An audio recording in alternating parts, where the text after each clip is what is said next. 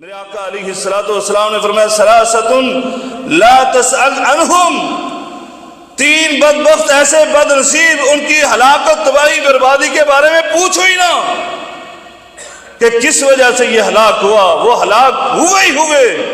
ان میں سے ایک بد نصیب وہ عورت ہے جس کے بارے میں میرے آقا نے فرمایا وَامْرَأَةٌ غَابَ عَنْهَا زَوْجُهَا، اس کا آدمی اس کو چھوڑ کر دوسرے ملک آ گیا،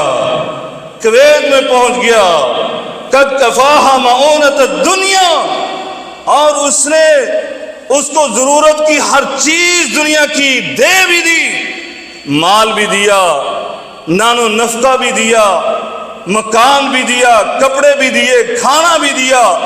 اس کی ضروریات زندگی کی تمام چیزیں مہیا کر دیں، لیکن وہ بد نصیب عورت کیا کرتی ہے فتبرجت بعدہ، یہ بندہ کویت چلا گیا اور وہ بناؤ سنگار کر کے باہر نکلتی ہے، گھر میں بھی بناؤ سنگار کر کے رہتی ہے،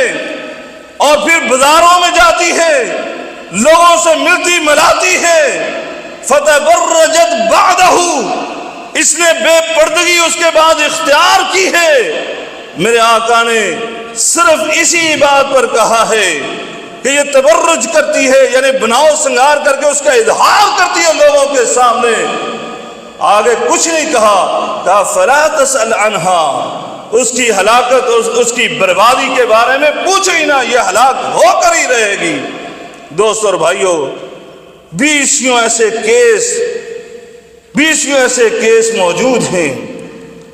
یہ چند دن پہلے مجھے ایک دوست نے بتایا، ایک ساتھی کے بارے میں، یہاں ہی رہنے والا، اس نے مکان لیا ہوا، 2 منزلہ مکان اپنی بیوی کے نام کیا ہوا، بینک بیلنس سے 70 لاکھ انڈین منی اس کے نام سے بینک میں ہے، اور بچے بھی ہیں، اور وہ عورت اپنے شوہر سے کیا کہہ رہی ہے؟ وہ کہہ رہی ہے مجھے طلاق دے دو، مجھے خلا چاہیے تم سے۔ کس لیے؟ کہ ایک ہندو بینک کا مینیجر اس کے ساتھ اس کے تعلقات بن چکے ہیں، صرف اس بے پردگی کی وجہ سے، اور اب یہ رو رہا ہے یہاں بیٹھ کر۔ دوستو اور بھائیو، یہ آپ کے لیے بھی بحث عبرت ہے، درس ہے